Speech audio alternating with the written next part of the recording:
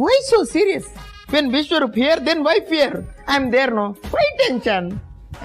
ನಿಮ್ ಇಂಗ್ಲಿಷ್ಗೆ ಬೆಳ್ಳುಳ್ಳಿ ಜೊತೆ ಒಗ್ಗರಣೆ ಹಾಕ. ನಾನಿಲ್ಲಿ ಟೆನ್ಷನ್ ಅಲ್ಲಿದ್ದೀನಿ.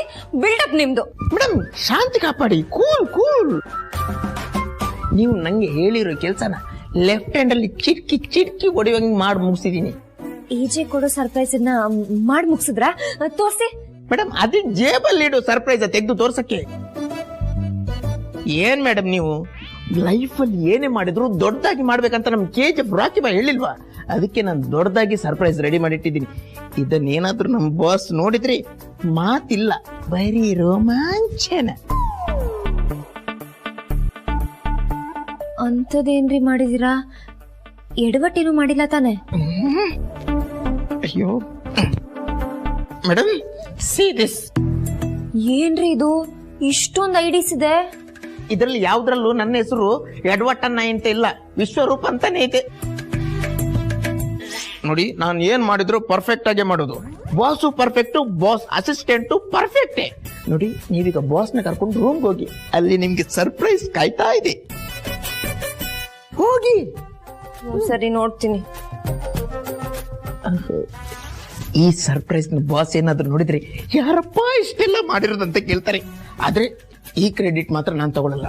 ಇದು ಇವರಿಬ್ಬರ ಪ್ರೀತಿಗೋಸ್ಕರ ಮಾಡಿರೋದಲ್ವಾ, ಸೊ ತ್ಯಾಗ ಮಾಡಿಬಿಡ್ತೀನಿ. ಕ್ರೆಡಿಟ್ನೇ ತ್ಯಾಗ ಮಾಡಿಬಿಡ್ತೀನಿ. ಈ ವಿಶ್ವರೂಪ್ ಒಬ್ರು ಅರಮನೆ ಹತ್ರ ಕರ್ಕೊಂಡು ಹೋಗಿ ಅಂದ್ರೆ ಅನುಸಿರಿ ಮನೆ ಹತ್ರ ಕರ್ಕೊಂಡು ಹೋಗ್ತಾರೆ. ವೇದಾಂತ ಹೇಳಿ ಅಂದ್ರೆ ವೇದಾಂತ ಬಗ್ಗೆ ಹೇಳ್ತಾರೆ. ನಾನ್ ಎಡವಟ್ಟು ಅಂದ್ರೆ ನನ್ಕಿಂತ ದೊಡ್ಡ ಎಡವಟ್ಟು. ಏನ್ ಸರ್ಪ್ರೈಸ್ ಪ್ಲಾನ್ ಮಾಡಿದಾರೋ ಏನೋ. ನಿನ್ನೆ ಹುಡುಕ್ತದ್ದೆ ನನ್ನ ಹೇಗೆ ಸರ್ಪ್ರೈಸ್? ನೀವ್ ನಂಗ್ ಸರ್ಪ್ರೈಸ್ ಕೊಡ್ತಾ ಇದ್ದೀರಾ? ಬೆಳಗ್ಗೆ ನೀನ್ ಸರ್ಪ್ರೈಸ್ ಕೊಡ್ತೀನಿ ಅಂತ ಹೇಳಿದ್ದಿಲ್ಲ, ಅದೇನು ಅಂತ ತಿಳ್ಕೊಳ್ಳೋ ಕ್ಯೂರಿಯಾಸಿಟಿ ಅದಕ್ಕೆ. ಅಯ್ಯೋ ಈ ವಿಶ್ವರೂಪ್ ಅದೇನ್ ಮಾಡಿದಾರೋ ಏನೋ ಒಂದು ಗೊತ್ತಾಗ್ತಿಲ್ಲ. ಇವ್ರು ಬೇರೆ ನನ್ ಸರ್ಪ್ರೈಸ್ಗೋಸ್ಕರ ಕಾಯ್ತಾ ಇದೀನಿ ಅಂತಿದ್ದಾರೆ. ದೇವ್ರೆ ಹೇಗಾದ್ರೂ ಮಾಡಿ ವಿಶ್ವರೂಪ್ ಮಾಡಿರೋ ಸರ್ಪ್ರೈಸ್ ಏಜಿಗೆ ಇಷ್ಟ ಆಗೋಗ್ ಮಾಡಪ್ಪ ಪ್ಲೀಸ್. ಏನು ಎಲ್ಲ ಕಳೆದೋಗಿದ್ಯಾ? ಏನಿಲ್ಲ, ನಿಮಗೆ ಸರ್ಪ್ರೈಸ್ ಕೊಡೋದ್ ಬೇಕಲ್ವಾ, ಅದ್ರ ಬಗ್ಗೆ ಯೋಚನೆ ಮಾಡ್ತಿದ್ದೆ. ಬಾಸ್ ಫುಲ್ ಖುಷಿಯಾಗಿ ಇಷ್ಟರವರೆಗೆ ಎಂತ ಮಹಾನ್ ವ್ಯಕ್ತಿ ಮೇಲೆ ಕೈ ಮಾಡತ್ನಪ್ಪ.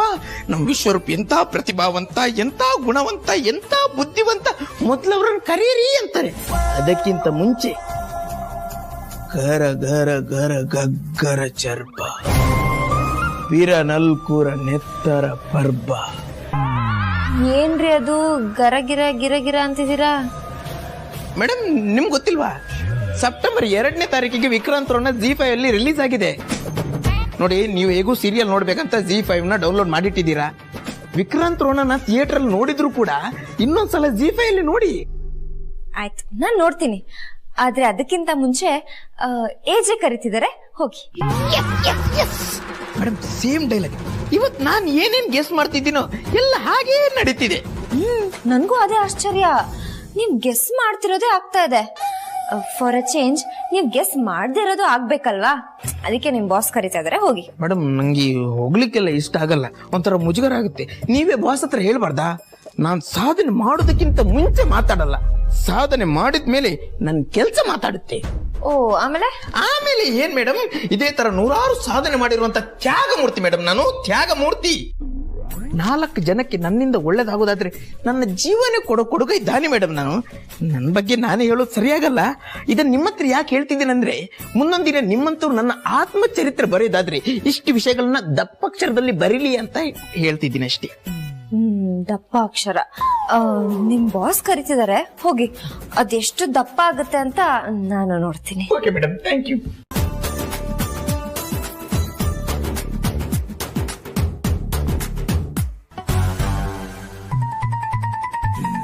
ಸರ್ ನೀವು ನನ್ನನ್ನು ಕರೆದಿದ್ದು ನಂಗೆ ಪರ್ಸನಲ್ ಆಗಿ ತುಂಬಾ ಖುಷಿ ಆಗ್ತಿದೆ ಸರ್.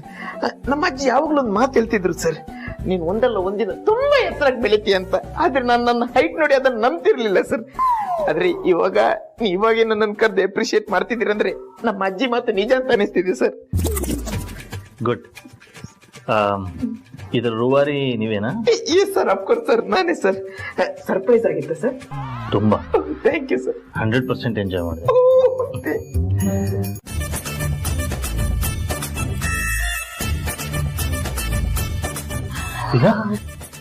ಏನಾಯ್ತು ಏನಾಯ್ತೀರಾ ಏನಾಯ್ತು ಹೇಳ್ತೀರಾ ಅಥವಾ ಸುಮ್ಮನೆ ನಿಂತಿರ್ತೀರಾ? ನಮಗೂ ಗೊತ್ತಿಲ್ಲ ಏಜೆ, ನಾವು ಈಗಷ್ಟೇ ಬಂದ್ವಿ.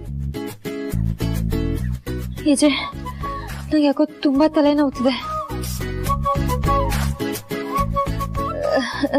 ನಾನು ಯಾಕೋ ನಿನ್ನೆಲ್ಲ ಬಿಟ್ಟು ದೂರ ಹೋಗ್ತೀನಿ ಅನ್ಸ್ತಾ ಇದೆ. ಯಾವಾಗ?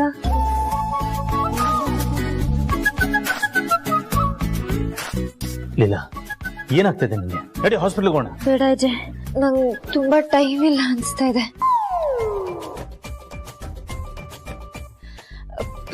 ಪ್ರಪಂಚಕ್ಕೂ ನನಗೂ ಯಾವುದೇ ನಂಟಿಲ್ಲ ಅಂತ ಅನ್ಸ್ತಿದೆ ಅಜ್ಜೆ. ಲೀಲಾ ಏನೇನೋ ಮಾತಾಡಬೇಡ. ನಾನಿರೋವರೆಗೂ ನಿನ್ಗೇನು ಆಗಲ್ಲ.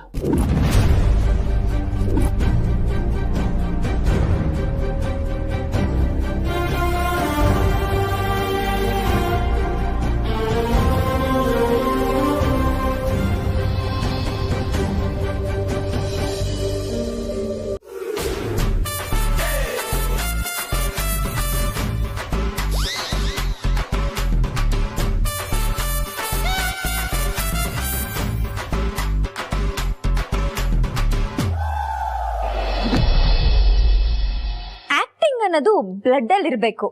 ಅದು ನನ್ನ ರಕ್ತದ ಕಣ ಕಣದಲ್ಲೂ ಇದೆ ಸರ್. ವಾವ್, ಹಾಗಾದ್ರೆ ಇಷ್ಟು ತನಕ ಅವರೆಲ್ಲ ಹೇಳಿ ನಿಜ. ನೀನ್ ಮಾಡಿದ ನಾಟಕನ?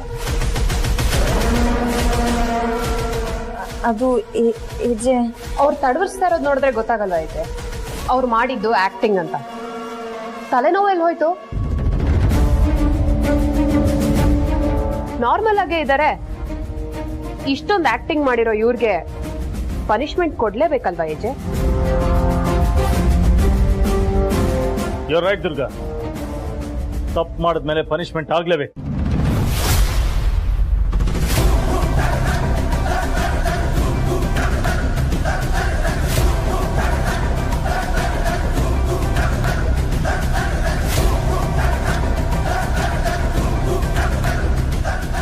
ಬಟ್ ಒಳ್ಳೆ ಆಪರ್ಚುನಿಟಿ ಪನಿಷ್ಮೆಂಟ್ ಕೊಡಬೇಕು.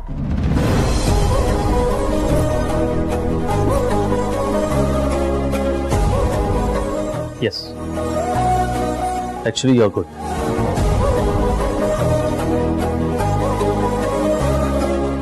ಬಟ್ ಇದೇ ಕೊನೆ. ಇನ್ನು ಮುಂದೆ ಈ ಮನೇಲಿ ಈ ಆಕ್ಟಿಂಗು ನಾಟಕಗಳೆಲ್ಲ ಮಾಡೋ ಹಾಗಿಲ್ಲ. ಎಲ್ಲಿ ಮಾಡಬೇಕು? ನಾ ಹೇಳ್ತೀನಿ. ಶರೋಪ್, ಸರ್. ಶರೋಗೆ ಫೋನ್ ಮಾಡು. ಏನಂತ ಮಾತಾಡ್ಲಿ ಸರ್? ನಾ ಹೇಳ್ತೀನಿ ಬಾ.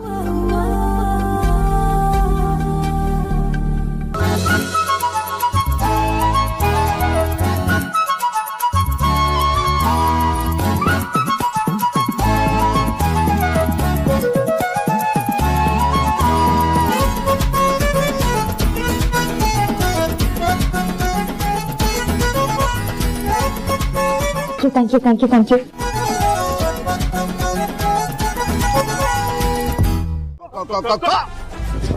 ಚಕಡಿ ಜಂಪ ಲಕಡಿ ಟಾಮ್ ಧೂಮ್ ಕ್ರಂಚ್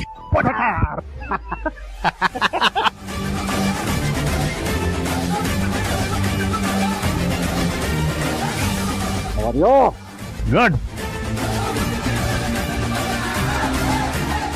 ಚಮಕ್ ಕೊಟ್ಟು ಕೋಕೋಡ ಆಟ ಬಿಟ್ಟಿಲ್ಲ ಇನ್ನ. ನಾನು ಚಮಕ್ ಕೊಡ್ಲಿಲ್ಲ ಅಂದ್ರೆ ನಿನ್ನೆ ಚಮಕೋಸಕ್ ಹೋಗ್ತಿತ್ತ.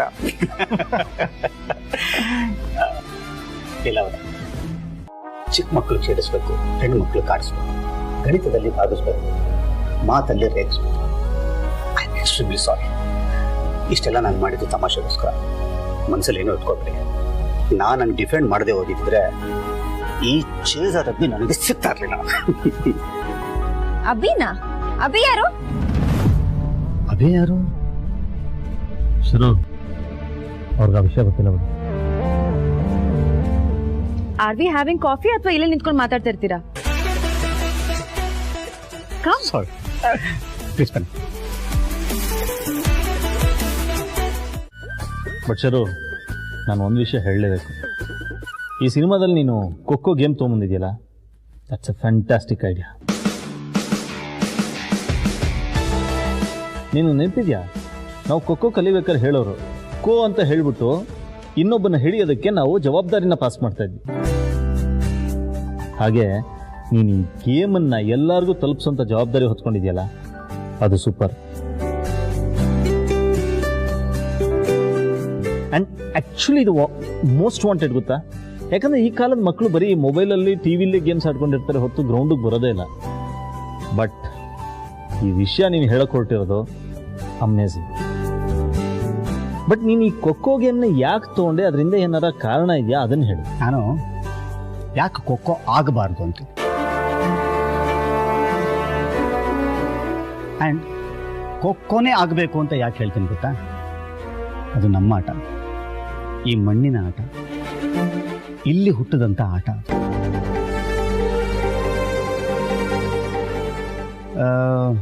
ನಮಗೆ ಅದ್ರ ಬಗ್ಗೆ ಅತಿ ಹೆಚ್ಚು ಗೌರವ, ಅತಿ ಹೆಚ್ಚು ಒಂಥರ ಅಭಿಮಾನ ಅದ್ರ ಬಗ್ಗೆ. ನಿನಗೊಂದು ವಿಚಾರ ಗೊತ್ತಿರಬೇಕು, ಇಡೀ ಪ್ರಪಂಚದಲ್ಲಿ 9 ನಿಮಿಷ ರೆಸ್ಟ್ ಕೊಡದೆ ಬರೀ ಓಡ್ತಾನೆ ಇರುವಂಥ ಒಂದು ಆಟ ಅಂತಂದರೆ ಅದು ಖೋ. ಇವತ್ತು ಭಾಳಷ್ಟು ಜನಕ್ಕೆ ತುಂಬ ದೊಡ್ಡ ಕ್ರಿಕೆಟರ್ಸ್ ಆಗಿರ್ಬೋದು, ಇನ್ನೆಂಥದ್ದು ಬೇರೆ ಬೇರೆ ಆಟದವರೆಲ್ಲ ಆಗಿರ್ಬೋದು, ಅವ್ರು ಹೇಳೋದು ಒಂದೇ, ಅವ್ರ ಬಾಯಲ್ಲೇ ಕೇಳಿರೋವಂಥದ್ದು ನನಗಿದೆ, ಖೋ ಆಡಿದ್ರೆ ಪ್ರಪಂಚದಲ್ಲಿ ಯಾವ ಆಟ ಬೇಕಾದ್ರೂ ಆಡ್ಬೋದು ಅಂತ. ಯಾಕಂದರೆ ಇದು ಎಬಿಲಿಟಿ ಆಗಿರ್ಬೋದು, ನಿಮಗೆ ಕನ್ಸಿಸ್ಟೆನ್ಸಿ ಆಗಿರ್ಬೋದು, ಸ್ಕಿಲ್ಲು ಎಲ್ಲನೂ ಮೂರೂ ಇರಬೇಕಾದಂಥ ಒಂದು ಆಟ ಇದಾಗ್ತದೆ. ಬೇಜಾರಿನ ಸಂಗತಿ ಏನು ಅಂತಂತಂದರೆ, ಇವತ್ತು ಹೊರದೇಶದಿಂದ ಬಂದಂಥ ಆಟಗಳ ಮುಂದೆ ಈ ಆಟದ ಪ್ರಾಧಾನ್ಯತೆ ಇದೆಯಲ್ಲ, ಅದು ಕಮ್ಮಿ ಆಗೋಗ್ತಾ ಇದೆ ಅಂತನ್ನುವಂಥದ್ದು. ನಾವಾಗಲೇ ಹೇಳ್ದಂಗೆ ಇವತ್ತು ಎಲ್ಲ ಮೊಬೈಲ್ನ ಇಟ್ಕೊಂಡು ಮೊಬೈಲಲ್ಲಿ ಆಟ ಆಡ್ತಾರೆ. ಅಂಥದ್ದು ನಮ್ಮ ದೇಶೀಯ ಆಟ ಇವತ್ತು ಮಣ್ಣಿನ ಸಂಪರ್ಕ ಇದೆ ಇದರಲ್ಲಿ. ಮಣ್ಣಲ್ಲಿ ಬೀಳ್ತೀವಿ, ಮಣ್ಣಲ್ಲಿ ಹೇಳ್ತೀವಿ, ಮಣ್ಣಿಗೂ ನಮಗೂ ಒಂದು ಕನೆಕ್ಷನ್ ಇದೆಯಲ್ಲ, ಆ ಕನೆಕ್ಷನ್ನು ನಿಜಕ್ಕೂ ನಮ್ಮ ಮತ್ತು ನೇಚರ್ ಜೊತೆಗಿರುವಂಥ ಒಂದು ಕನೆಕ್ಷನ್ ಅದು. ಸೊ ಇದ್ರ ಬಗ್ಗೆ ಒಂದು ಸಿನಿಮಾ ಆಗ್ತಾ ಇದೆ ಅಂತ ಅನ್ನೋದಿದೆ ಗೊತ್ತಾ? ಆ ಸಿನಿಮಾದಲ್ಲಿ ನಾನೊಂದು ಭಾಗ ಆಗಿದ್ದೀನಿ ಅಂತ ಅನ್ನೋವಂಥದ್ದೇ ನನಗೆ ಹೆಮ್ಮೆ ಕೊಡುವಂಥದ್ದು. ಆಮೇಲೆ ನಾನು I feel blessed, I feel lucky, ಈ ಥರದೊಂದು ಸಿನಿಮಾ ನಾನು ಮಾಡ್ತಾಯಿದ್ದೀನಿ ಅಂತ ಅನ್ನೋವಂಥದ್ದು. ಈ ಸಿನಿಮಾದ ಮುಖಾಂತರ ನಾವೇನಾದ್ರೂ ಒಂದು ಸಾಸಿವೆ ಕಾಳಷ್ಟು ಜನಕ್ಕೆ ಇದರ ಬಗ್ಗೆ ಅರಿವು ಅಂತ, ಇನ್ನು ಮುಂದಿನ ಜನ್ರೇಷನ್ನವ್ರಿಗೆ ಈ ಥರದೊಂದು ಆಟ, ಇಷ್ಟು ಮಹತ್ವವಾದಂಥ ಈ ಥರದೊಂದು ಆಟ ಇದೆ ಅಂತ ಅನ್ನೋವಂಥದ್ದು ನಮ್ಮ ಮುಂದಿನ ಜನ್ರೇಷನ್ಗೆ ಏನಾದರೂ ಒಂದು ಚೂರು ಹೇಳ್ತೀವಿ ಅಂತ ಅನ್ನೋದಾದರೆ ನಮ್ಮ ಇಡೀ ಗುರು ಶಿಷ್ಯರ ತಂಡ ಧನ್ಯ ಅಷ್ಟೆ.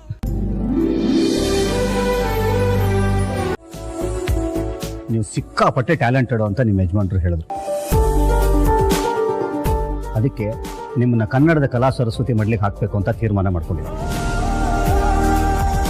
ಬನ್ನಿ, ಎಲ್ಲ ಒಳ್ಳೆಯದಾಗುತ್ತೆ. Thank you sir, thank you so much. But ಆಗಲ್ಲ ಸರ್. ಯಾಕೆ? ನಂಗೆ 6 ತಿಂಗಳ ಟೈಮ್ ಕೊಡಿ ಸರ್. ಅಜ್ಜಿ ಮನೇಲಿಲ್ಲ ಸರ್. ಏಜೆನ ನಾನೇ ನೋಡ್ಕೋಬೇಕು ಅಂತಿದ್ದೀನಿ. ಏಜೆ ಎಲ್ಲಾರ್ಗೂ ಅಡ್ಗೆ ಕಲ್ಸಿರ್ಬೋದು, ಆದ್ರೆ ನನ್ಗೆ ಜೀವನ ಹೇಗ್ ನಡೆಸ್ಬೇಕು ಅಂತ ಕಲ್ಸಿದ್ದಾರೆ. ಅವ್ರನ್ನ ಬಿಟ್ ಬಂದು ಸ್ವಾರ್ಥಿ ಅನ್ಸ್ಕೊಳಕ್ ನನ್ಗಿಷ್ಟ ಇಲ್ಲ ಸರ್. ಬಟ್ ಆದ್ರೆ ನಾನು ಬರ್ತೀನಿ. ಗುರು ಶಿಷ್ಯರು ಸಿನಿಮಾನ ಫಸ್ಟ್ ಡೇ ಫಸ್ಟ್ ಶೋ ನೋಡಕ್ ಮಾತ್ರ ಪಕ್ಕ ಬರ್ತೀನಿ. How sweet. Thank you so much. ನೀವ್ ಏನೇ ಹೇಳಿ ಸರ್, ಕನ್ನಡ ಸಿನಿಮಾನ ಫಸ್ಟ್ ಡೇ ಫಸ್ಟ್ ಶೋ ನೋಡೋ ಮಜಾನೇ ಬೇರೆ. ಫ್ಯಾನ್ಸ್ ಜೊತೆ ಕುತ್ಕೊಂಡು ನೀವ್ ಹೇಳಿರೋ ಡೈಲಾಗ್ನ ರಿಪೀಟ್ ಮಾಡ್ಕೊಂಡು, ಶಿಳ್ಳೆ ಹೊಡ್ಕೊಂಡು, ಡಾನ್ಸ್ ಮಾಡ್ಕೊಂಡು, ಎಷ್ಟೇ ನೋವಿದ್ರು ಎಲ್ಲ ಮರ್ತೋಗುತ್ತೆ. ಕರೆಕ್ಟ್. ನಿಮ್ಮಿಬ್ರಿಗೂ ಒಳ್ಳೇದಾಗ್ಲಿ. ನಿಮ್ ಸಿನಿಮಾ ತಂಡಕ್ಕೆ ನನ್ ಕಡೆಯಿಂದ lots of love. All the best sir. All the best. Thank you. Theatre ಸಿಗ್ತೀನಿ.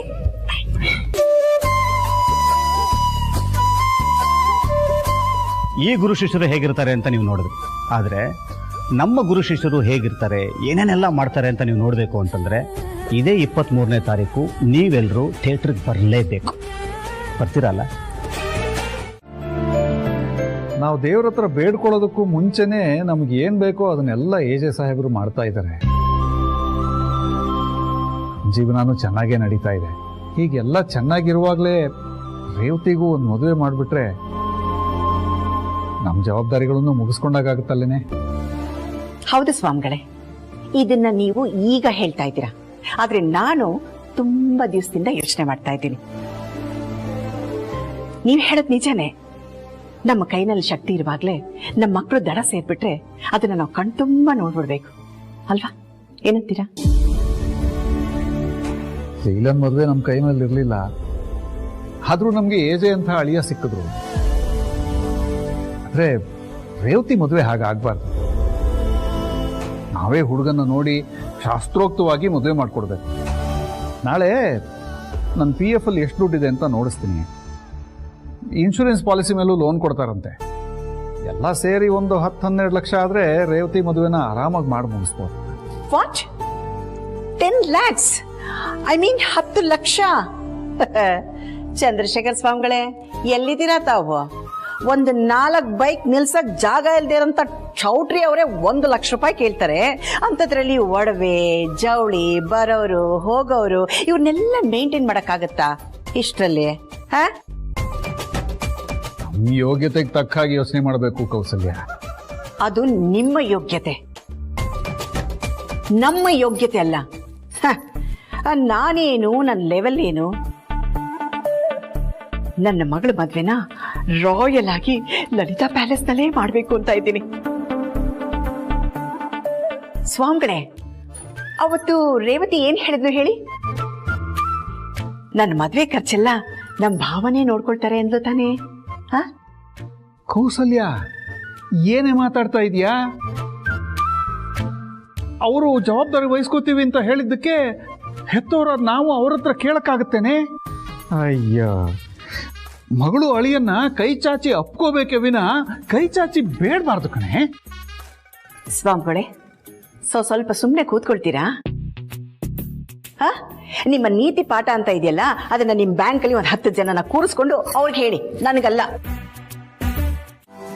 ಏನಿವ್ರು ಬರೀ ಕಾಫಿ ತಗೊಂಡ್ರು, ಪಕ್ಕದಲ್ಲಿಟ್ಟಿರೋ ರೋಸ್ನ ನೋಡ್ಲೇ ಇಲ್ಲ.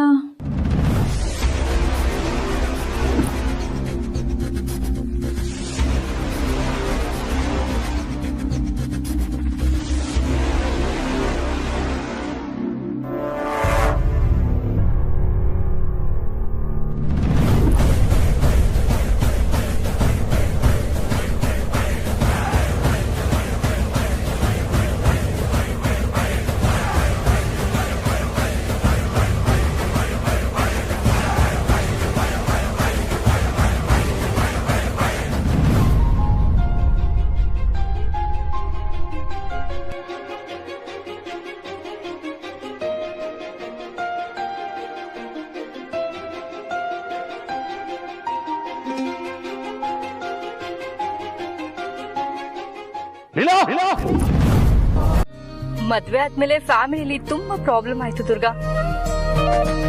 ಡಿವೋರ್ಸ್ ಆದ್ಮೇಲೆ ಲೈಫ್ ಅಲ್ಲಿ ಏನಾದ್ರೂ ಸಾಧನೆ ಮಾಡ್ಲೇಬೇಕು ಅಂತ 10 ವರ್ಷ ಕಷ್ಟಪಟ್ಟು ಈಗ ಒಂದು ಬಿಸ್ನೆಸ್ ನ ಪ್ಲಾನ್ ಮಾಡಿದೀನಿ. ವಾವ್, ಗ್ರೇಟ್ ಪ್ರಾರ್ಥನಾ, ತುಂಬಾ ಖುಷಿ ಆಯ್ತು. ತುಂಬಾ ಖುಷಿ ಪಡೋ ಅಂತದ್ದೇನೂ ಆಗಿಲ್ಲ. ನಿನ್ನ ಹತ್ರ ಹೆಲ್ಪ್ ಕೇಳೋಣ ಅಂತಾನೆ ಕಾಲ್ ಮಾಡಿದೆ. ಅದಕ್ಕೇನಂತೆ, ಖಂಡಿತ ಹೆಲ್ಪ್ ಮಾಡೋಣ. ದುರ್ಗಾ, ನಿನ್ಗೆ ಗೊತ್ತಲ್ವಾ, ಈ ಸೊಸೈಟಿಲಿ ಸಿಂಗಲ್ ಆಗಿ ಒಂದ್ ಹೆಣ್ಣು ಏನಾದ್ರೂ ಸಾಧನೆ ಮಾಡಕ್ ಹೋದ್ರೆ ಏನೆಲ್ಲಾ ಪ್ರಾಬ್ಲಮ್ ಫೇಸ್ ಮಾಡ್ತಾಳೆ ಅಂತ. ಎಲ್ಲಾ ದಾಟಿ ನಾನು ಏನೋ ರೆಡಿ ಮಾಡಿದೀನಿ, ಆದ್ರೂ ಸಣ್ಣ ಪುಟ್ಟ ಪ್ರಾಬ್ಲಮ್ ಇದೆ ಅನ್ಸ್ತಿದೆ ಕಣೆ. ಕ್ಲಾರಿಟಿನೇ ಸಿಗ್ತಿಲ್ಲ. ಅಷ್ಟೇ ತಾನೆ, ಬಿಸ್ನೆಸ್ ನಲ್ಲಿ ಏನೇ ಪ್ರಾಬ್ಲಮ್ ಬಂದ್ರು ಅದಕ್ಕೆ ಸೊಲ್ಯೂಷನ್ ಎಜೆ ಹತ್ರ ಇದೆ. ನೀನ್ ಏನೇನ್ ರೆಡಿ ಮಾಡ್ಕೊಂಡಿದ್ಯೋ ಅದನ್ನ ಎಜೆ ಹತ್ರ ಶೇರ್ ಮಾಡ್ಕೊ. ಏನೇನ್ ತಪ್ಪಾಗಿದೆ ಅದನ್ನ ಹೇಗ್ ಸರಿ ಮಾಡ್ಬೋದು ಅಂತ ಅವರೇ ಹೇಳ್ತಾರೆ. ದುರ್ಗಾ, ಏನ್ ಹೇಳ್ತಿದ್ಯಾ ನೀನು? ಎಜೆ ಹತ್ರ ನಾನ್ ಕೇಳಕ್ಕಾಗತ್ತಾ? ಎಜೆ 5 ನಿಮಿಷ ಕೂಡ ಫ್ರೀ ಇರಲ್ಲ. I can't afford AJ's time. Durga, ನೀನ್ ಮಾತಾಡ್ತಾ ಇರೋದು ಎಜೆ ಸೊಸೆ ಹತ್ರ. ನಾನು ಅಂದ್ರೆ ಎಜೆಗೆ ಅಷ್ಟು ಪ್ರೀತಿ, ನನ್ ಮಾತಿಗೆ ಬೆಲೆ ಕೊಡ್ತಾರೆ. ನಾನ್ ಹೇಳಿದ್ದನ್ನ ಖಂಡಿತ ಕೇಳ್ತಾರೆ. ನಾನೊಂದಿನ ಟೈಮ್ ಫಿಕ್ಸ್ ಮಾಡಿ ನಿನಗೆ ಹೇಳ್ತೀನಿ, ಓಕೆನಾ? Thank you so much Durga. ನಿನ್ ಕಾಲ್ಗೆ ನಾನು ವೇಟ್ ಮಾಡ್ತಾ ಇರ್ತೀನಿ. ಥ್ಯಾಂಕ್ ಯು ಕಣೆ. ಡೋಂಟ್ ವರಿ, ನಾನಿದ್ದೀನಲ್ಲ, ಎಜೆ ನಿನಗೆ ಖಂಡಿತ ಸಿಗ್ತಾರೆ. Bye Durga, thank you. ಹೇಳಿ ಮೇಡಮ್, ನಿಮ್ಗೆ ಒಳ್ಳೆ ಒಳ್ಳೆ ಸಂಬಂಧನ ಹುಡ್ಕೊಡ್ತೀನಿ. ಅಯ್ಯಯ್ಯೋ, ಹಾಗಾಗ್ಬಾರ್ದು. ರೇವತಿ ಮದ್ವೆನು ಈ ಮನೆ ಮದ್ವೆ ಇದ್ದ ಹಾಗೆ, ಅದೂ ಆಗ್ಬೇಕು ಇದೂ ಆಗ್ಬೇಕು, ಎರಡೂ ಇಂಪಾರ್ಟೆಂಟೇ. ಆದ್ರೆ ರೇವತಿ ಮದ್ವೆ ನಾನ್ ಹೇಳ್ದಾಗ ಆಗ್ಬೇಕು. ಆಗತ್ತಾ? ಮೇಡಮ್, ನೀವ್ ಏನ್ ಹೇಳಿದ್ರು ಖಂಡಿತವಾಗೂ ಮಾಡ್ತೀರಿ. ನಿಮ್ಮ ಕೆಲಸ ಆಯ್ತು ಅನ್ಕೊಳ್ಳಿ. Good, very good.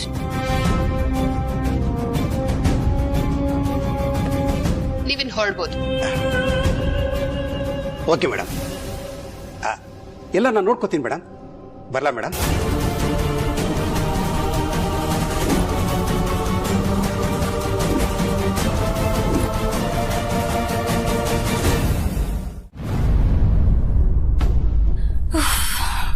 ಹಬ್ಬ, ಸದ್ಯ ಏಜೆಯಿಂದ ಬಚಾವಾದೆ. ಏಜೆ ಕೈಯಲ್ಲಿ ಯಾರು ಸಿಕ್ಕಾಕೋತಾ ಇದ್ರೆ ಅಬ್ಬಾ, ನನ್ನ ಮನೇಲೆ ಇದ್ಕೊಂಡು ನನ್ನ ಮೇಲೆ ಸಾಕ್ಷಿ ಹುಡುಕ್ತಿದೆ ಅಂತ ನನ್ನ ಮನೆಯಿಂದ ಆಚೆನೆ ಕಳ್ಸಿರೋರು. ಸದ್ಯ ಇತ್ತೀಚೆಗೆ ಏಜೆ ನನ್ನ ಹತ್ರ ಸ್ಮೂತ್ ಆಗಿ ಮಾತಾಡ್ತಿದ್ದಾರೆ, ಕೋಪ ಮಾಡ್ಕೋತಿಲ್ಲ. ಎಲ್ಲ ಚೆನ್ನಾಗಿ ನಡೀತಿರುವಾಗ ಈ ವಿಕ್ರಮ್ ಒಬ್ಬ ಹೋಗಿ ಹೋಗಿ ಅವನ್ ಸವಾಸ ಮಾಡಿದೆ. ಎಲ್ಲ ನನ್ನ ಕರ್ಮ. ಲೀಲಾ,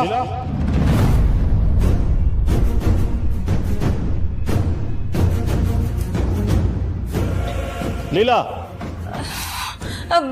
ಬಂದೆ ಏಜೆ. ಮೊಬೈಲ್ ಇಡು.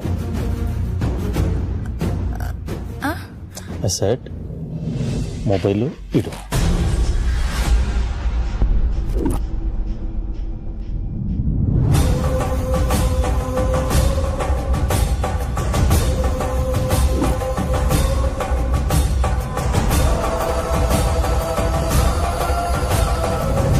ಆಗಲೇ ನೀನು ಮಾತಾಡ್ತಾ ಇದೆಯಲ್ಲ ನಿನ್ನ ಫ್ರೆಂಡು, ಅವಳಿಗೆ ಫೋನ್ ಮಾಡು. ಯಾಕೆ ಮಾಡು ಒಂದೇ.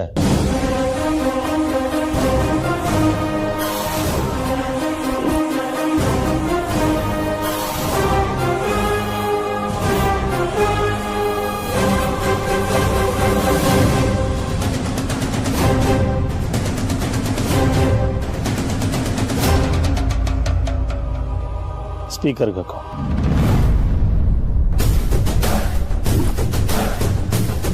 ಸ್ಪೀಕರ್.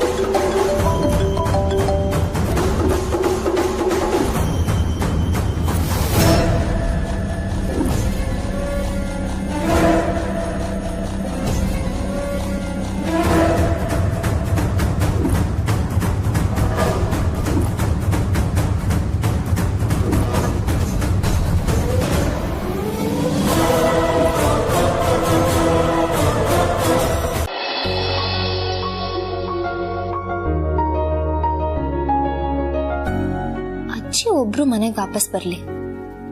ಲೀಲಾ, ಅವಾಗ ನೀನು ಸ್ಟಾರ್ ಆಗ್ತೀಯ. ನಿನ್ ಹೆಸರಲ್ಲೂ Leela fan association, Leela fan pages ಅಂತ ಸೋಷಿಯಲ್ ಮೀಡಿಯಾದೆಲ್ಲ ನೀನೇ ಟ್ರೆಂಡಿಂಗ್.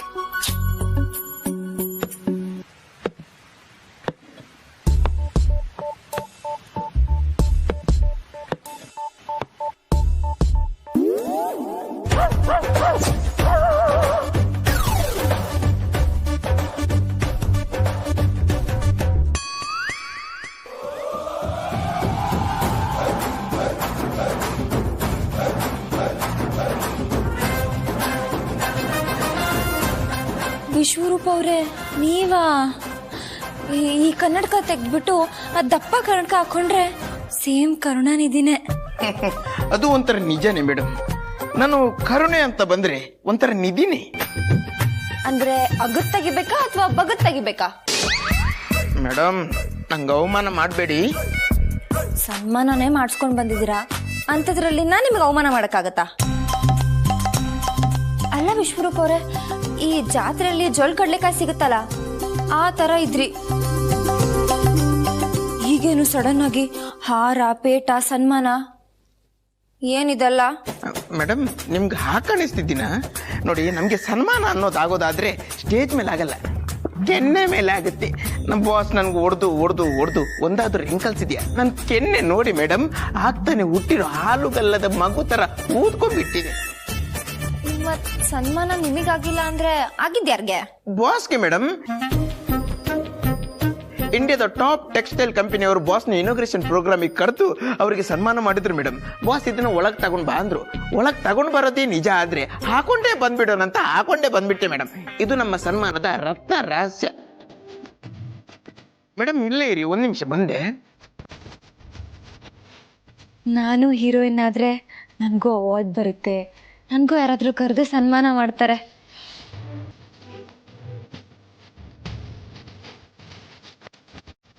ಶಾಲ್ ಹಾಕಿದ್ರು, ಆಹಾ, ಹಾರನೂ ಹಾಕಿದ್ರು, ಪೇಟನೂ ಇಟ್ರು, ಹಣ್ಣು ಕೊಟ್ರು, ಆಹಾ ಎಷ್ಟು ಚೆನ್ನಾಗಿದೆ. ಯಾಕೆ ಡಿಸ್ಟರ್ಬ್ ಮಾಡಿದ್ರಿ? ಮೇಡಮ್ ಇದು ಕನಸು ಕಾಣುವ ವಯಸ್ಸು ನಿಜ, ಆದ್ರೆ ಕನಸು ಕಾಣುವ ಟೈಮ್ ಅಲ್ಲ. ಬಾಸ್ ಕರೀತಿದ್ದಾರೆ, ಹೋಗಿ ಬರ್ತೀನಿ.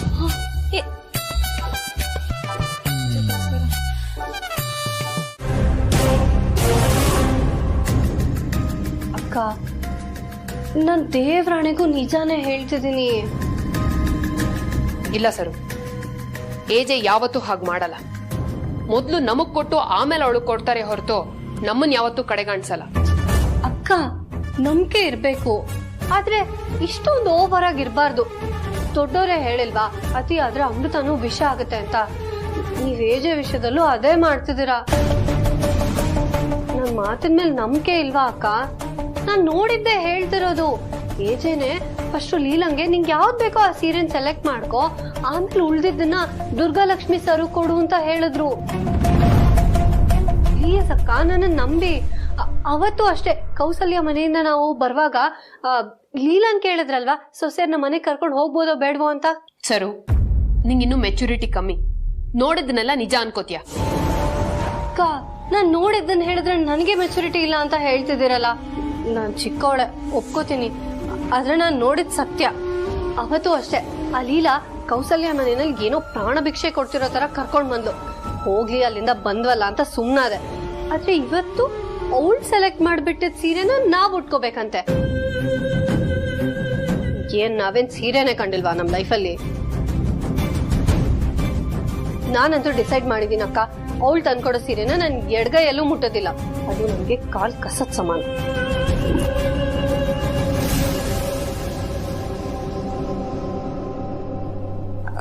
ಒಳಗ್ ಬರ್ಬೋದಾ?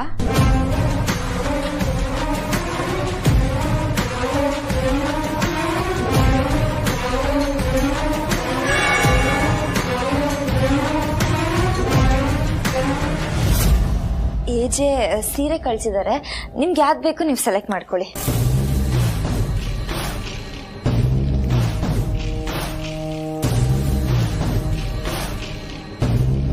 ಹಲೋ, ನಾವೇನ್ ಗತಿಗೆಟ್ಟು ಈ ಮನೆಗ್ ಬಂದಿಲ್ಲ.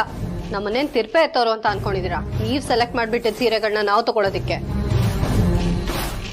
ಸರು, ಅವರಷ್ಟು ಪ್ರೀತಿಯಿಂದ ಹೇಳ್ತಾ ಇದಾರೆ, ಇಸ್ಕೋ.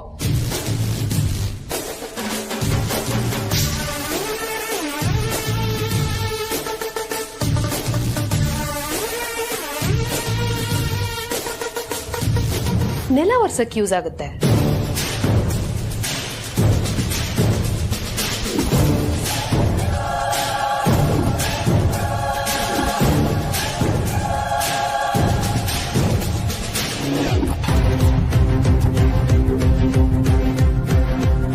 ಅಯ್ಯಯ್ಯೋ, ಹೇಳಿದ ತಕ್ಷಣ ಕೆಲ್ಸಕ್ಕೆ ಬಂತಲ್ಲ ಸರು.